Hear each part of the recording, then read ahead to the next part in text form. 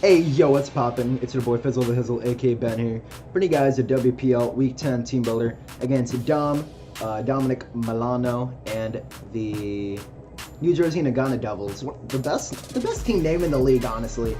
Of course, after your Tampa Bay Weasels. We picked up a pretty unfortunate dub last week. Pretty unfortunate. We got hacked for at least the 4th game in a row. And it cost us a dub, and it eventually cost us playoffs. So that's really unfortunate. I'm going to be doing my best to win at least one more game before the season ends, because like I said before, I'm going to at least get 3 wins on the season. I can guarantee that. And yeah, I'm just trying. If I win 1 out of my next 3, then I'm at my goal. Even though my goal at the very beginning was to at least make playoffs. It's obviously not happening since what happened last week. So, kind of wanted to address the salt. I'm salty, okay? Everybody gets salty, man. Especially when you get hacked out and you miss moves, stuff like that. You just get salty in general, right?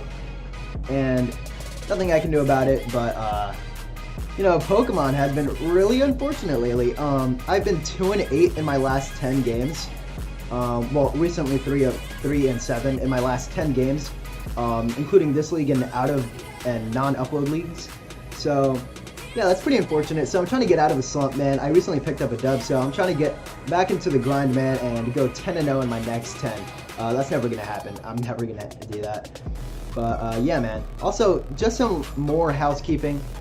I haven't been uploading lately because, like, I didn't really have the motivation to upload it, but what I'm going to be doing, you probably have seen one of these videos before this goes up next week.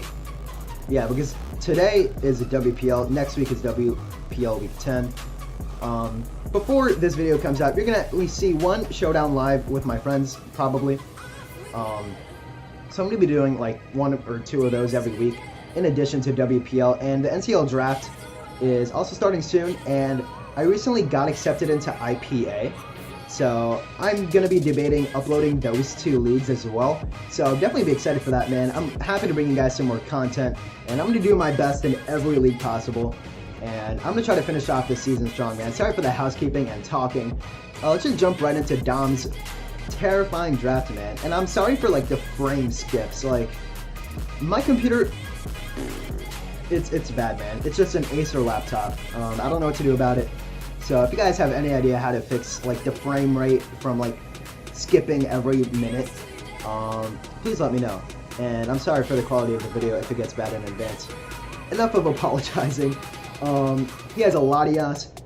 It can be really good against Stall because he can trick a Scarf onto them and essentially cripple them for life. It can also run like Specs, Life Orb, Calm Mind. Sets are terrifying as well. It's really bulky mon and gets defog. So it's an all-around versatile mon, and it's pretty scary and tough to deal with. Azumarill, Dominic really likes to bring Sap Sipper, Whirlpool, Perish Song sets. So I'm definitely going to be wary about that, but it also hits amazingly hard with Choice Banded sets, Belly Drum, man. Whew. Luckily, I don't think his Z user is the what's it called? The bunny. Yeah, it's not his bunny. His Z users are Latias and Gengar, and Zapdos is the status Z user. So I'm not sure why Zapdos is a Z user over Azumarill in my opinion, but you already know what Azumarill does. Nidoqueen can set rocks, T-Spikes, has amazing coverage with Sheer Force. Doesn't hit as hard as Nidoking, but it's still a really good mon, man. I enjoy it a lot, and it's pretty scary. Its typing is phenomenal, and puts in work. Serena can spin. It blocks priority as well with its ability, Queenly Majesty. And it gets pretty good coverage as well. So, like, Banded sets, Life Orb sets can be pretty scary as well. Also gets pivoting with U-Turn. So, it's pretty good mon. It's bulky grass. Ditto might come. He hasn't really brought Ditto all season, so I don't really expect it to come. And the only thing that I would see him bring it for is like my Mega Medicham and my Scolipede, but I think I have pretty good answers to my own Mega Medicham and my Scolipede. And if he's Scarf, he can't really lock into a single move that just runs through my entire team, so I need to be wary about that if he brings Ditto, but it's usually Choice Scarf, so yeah. Steelix, I do expect him to bring it. Insanely physically defensive. Also gets Rock Sturdy as well. Basically guarantees that you're going to get Rock Step every time. Unless you have a Mold Breaker Mon or something. But They usually run like max HP, max def, but sheer force sets with the amount of coverage that it has is like, it's pretty scary, man. And yeah, also like it's just a force to be reckoned with. But I do expect physically defensive, or especially defensive rather, Steelix if it does decide to come. Mega Gallade. Mega Gallade, one of the best megas in the entire format, man. I believe that it's easily top 3. So yeah, definitely top 3 mega. 165 attack, 110 speed, and it has a really good bulk, man. 68, 95, 115 is not bad, man. And the amount of coverage that it has with like bulk up and swords dance, you can't beat it. It has a shitty ability though with inner focus, so pretty good for us. Zapdos, the best Gloomon. It's really annoying because it can static things. It's a really good stall breaker with pressure as well. T-Wave Slings, Toxics, Roost, Defog, Discharge, Volt Switch, U-Turn. Just annoying, man. And it gets pretty good coverage with like extra sensory, Heat Wave, Hidden Power Ice, stuff like that. So you could pull a Z move out of that. He has a Gengar, the girl Katie, 2 returning members from NCL. It's really scary. Life Orb sets just rip apart teams. Spec sets rip apart teams. Scarf is also an option, and it has really good coverage as well. So sub sets are really scary as well. It's just a monster, man. Like, you already know what Gengar does. And his second ghost in his draft is Jellicent. I don't think he really brings Jellicent because it can't take Medicham hits at all. It's like always 2-shot Bison headbutt from Medi. So maybe he doesn't know that and he still brings it and gets a cursed body. So yeah, man. Will-O-Wisp recovers, Scald burns me, Hex, stuff like that. I don't really expect it to come, but it could be a bring. Kangaskhan, it's pretty bulky, solid Wish Passer as well. It gets scrappy, so like double edge sets with like a skill Scarf. Silk Scarf is pretty scary. That was a long talk and reviewing of his team, but his rockers are Nidoqueen, Steelix, and that's it. He has T-Spikes in the form of Nidoqueen, and he has removal in the form of Latias, Serena, Zapdos, and that's it. He has a Cleric and Kangaskhan, I believe. And Serena might get aromatherapy or something. It does. Okay. So yeah, that's his team. It's pretty scary, man, but I feel like the team that I'm bringing is pretty solid, man. Not gonna lie. And, oh, there's some frame skips. I'm sorry. First off, we have Cabaret, our leftovers, Aromatisse, very physically defensive. It's really unfortunate because I never take 2 poison jabs from Gallade, ever. So, like, even if I'm max Fizz Def, I can never take 2 poison jabs from it. So, if he predicts my switch into this thing, it's gonna be pretty tough, man. Especially a +2 poison jab, man. Oh my lordy. Moonblast is really good just to hit the majority of his team because he does not have fantastic parry resist other than Nidoqueen and Steelix and Gengar. Gengar and Steelix don't really want to switch into me, especially since I have HP Fire, which is what the speed is there for. I speed crept Steelix, which is really good. Wish Protect I had to have because Latias can't really touch me either because it's probably going to run Psyshock for like Cryogonal. So this is really good for that. I do expect or he could definitely bring like a Choice Scarf set with Trick. So we need to be watching out for that, see if he has lefties or anything like that. But yeah, this is our switch in to Mega Gallade.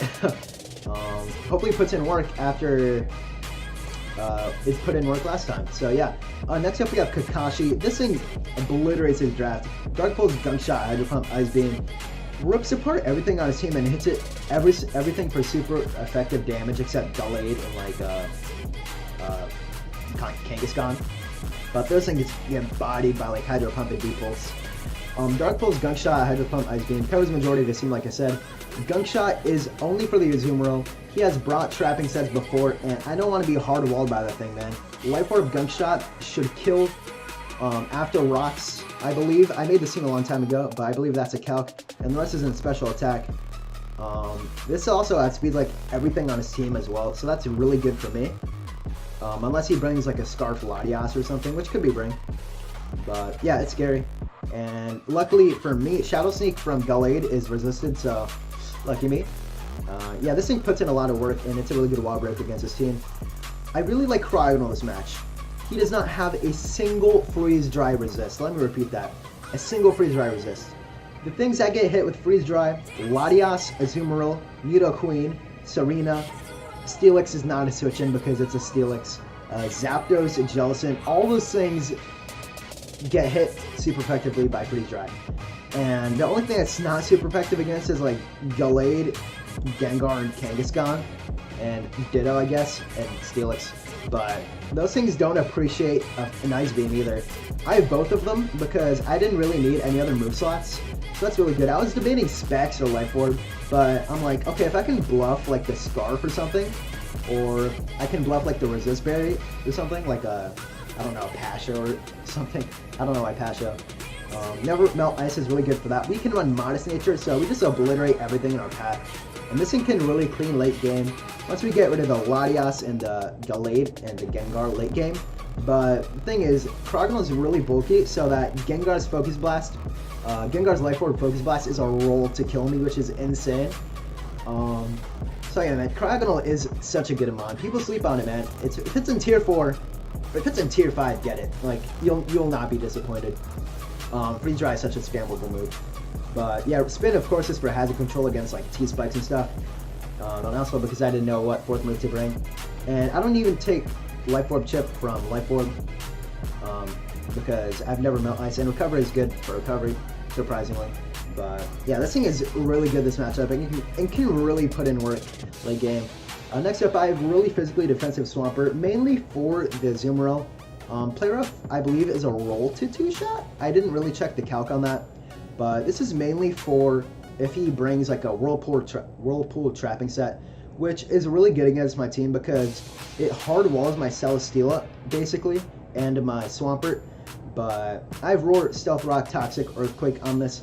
I didn't bring a single water move against his team because Azumarill is going to have Rest if it's a Perish Song set, and Burns won't matter. Serena is going to be switching in anyway. It resists Earthquake, and getting Burns on that isn't the biggest deal in the world. The only thing it would be nice for is Gallade, but I don't really need to do anything about that because I just need to Earthquake that thing, put it in range of D-Pulse from Kakashi. So that's all. And I really put Toxic over Scald because it lets me 1v1 things like the Jellicent and the Kangaskhan and the Zapdos specifically, because I didn't want to lose to them, man. I didn't want to lose that 1v1. And if we trade Toxics with each other, I call it a win in my book. For sure. And Roar is only there for like, if something wants to set up in front of me like the Azumarill, like a Belly Drum, I'm not going to have that happen. And if he's like a Rest Perish Song, I can roar him out and then I can switch back out. Rocks are really good against this team, so that Greninja and Cryogonal can hit things harder and better. So I really like this set. I think I was forced to bring Swampert on this one to kind of help out with Azumarill and Gallade because those things are insane to prep for. They're honestly terrifying. So yeah, I really like this set. Shiva, Drain Punch, Zen Headbutt, Fake Out, High Jump Kick. All I really needed is Drain Punch and Zen Headbutt, and Fake Out was really nice for things like that are scarfed, like I don't know, the Latias, the Gallade late game. Yeah, it's mainly for the Latias and Gallade late game because if I need priority, I don't want to Bullet Punch, I want to Fake Out, and I can switch back out and switch back in and Fake Out. Late game, it can be really clutch. Fake Out does a tremendous amount because we're max attack adamant. And Drain Punch and Zen Headbutt really put in work. I only really need to click Drain Punch on his draft, but he doesn't have fantastic high jump kick resist. I do expect the Perish Song set from Azumarill, like I keep saying, so it will take high jump kicks pretty well. But Nidoqueen and Latias aren't even resist, man. Like, Latias takes like 70% from high jump kick, man. It's insane, but Zapdos is a pretty solid switch in, but we're adamant, so it's not going to take Zen Headbutts. It's not going to take 2 Zen Headbutts ever, but it can static me. But that's why we have Suijin to 1v1 that, or help 1v1 that, so. Yeah, this thing also puts in a tremendous amount of work, and Jellicent, like I said, is never takes 2 Zen Headbutts ever, unless it's like Kayapa Berry or something like that. Yeah, it just never takes 2 Zen Headbutts, especially since we're adamant. So this thing is also a really good breaker to kind of do things. And also takes a Zen Headbutt from Gallade, which is really cool. Next up, we have our late game cleaner, potentially. Life Orb, Scolipede, Swords Dance, X-Scissor, Earthquake, Poison Jab. This thing puts in tremendous amounts of work, man. It also helps out with the Azumarill, because if it starts aqua jetting me, like banded aqua jetting me, we needed something super effective to hit that, you know. So Life Orb Poison Jab does a trick, and I don't think it one-shots, but it comes pretty dang close. Put in range of, like, I don't know, Kakashi or something, and fake out from Shiva. So that's really good. The dual stab here really works out well, and the only thing that resists it is Steelix, Nidoqueen, and Jellicent. But Jellicent doesn't really want to take an Earthquake super well, and Jellicent I don't really think is going to come anyway, but Earthquake is mainly there for the Nidoqueen and shipped Steelix, because I don't want to get rock teamed in the face by Steelix, you know. So yeah, man, that's a team. I really like it. Okay, good, I'm 9 HP on the Scully. I really like this team. Oh, I might as well put the HP here because I'm not Life Orb. Good call, Ben, good call. Yeah, man, I really like my team. This is also 9. I feel like I have a pretty good matchup. Cryogonal looks phenomenal in this matchup, man. And in the beginning, I thought it was an impossible matchup for me to win. But as I prepped, I'm like, you know what? Cryo puts in work, man. And yeah, man, I'm really happy with my team. And I want to get at least one more win for y'all. So yeah, man, thank you guys so much for watching. It means the world to me. And like always, have a swell day. Peace.